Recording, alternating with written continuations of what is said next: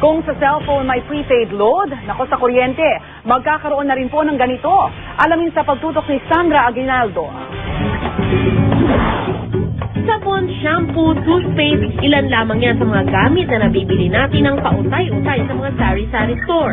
Ngayon, pati raw kuryente, pwede nang bilhin ng tingi-tingi. Ito ang prepaid kuryente. Gamit lamang ang iyong cellphone para ka rin daw nagpa-load ng kuryente sa malapit na tindahan.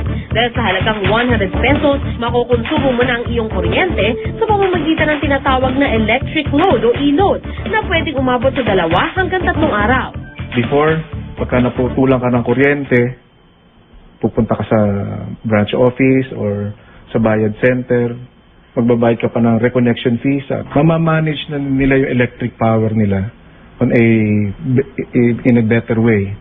Mas napapabilis daw ang daloy ng kuryente patungo sa bahay-bahay sa mas pinaginhawang paraan ng distribusyong ito. Kasalukuyan na itong ginagamit ng ilang bansa sa Europa at South Africa. At ang sistemang ito makakatulong raw sa pagsugpo ng matagal ng problema sa illegal na koneksyon. Unang-una, ba't ka pa magja-jumper? Kasi affordable naman eh.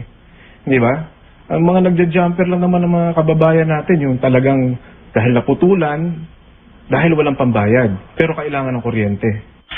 Sa metrong ito makikita ang halaga ng iyong natitirang electric load. Kusa itong nagbiblink kung kailangan na muling lagyan ng load. Makakatanggap ka rin ng mensahe sa iyong cellphone bilang paalala na malapit nang maubos ang iyong load.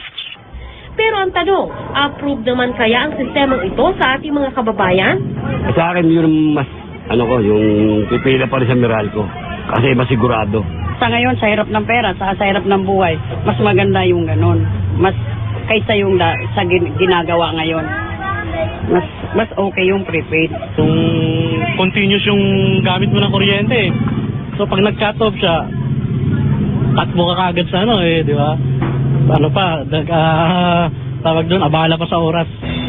Sa Hulyo ng taong ito, inaasahang magiging operational ang prepaid kuryente sa lahat ng lugar sa buong bansa.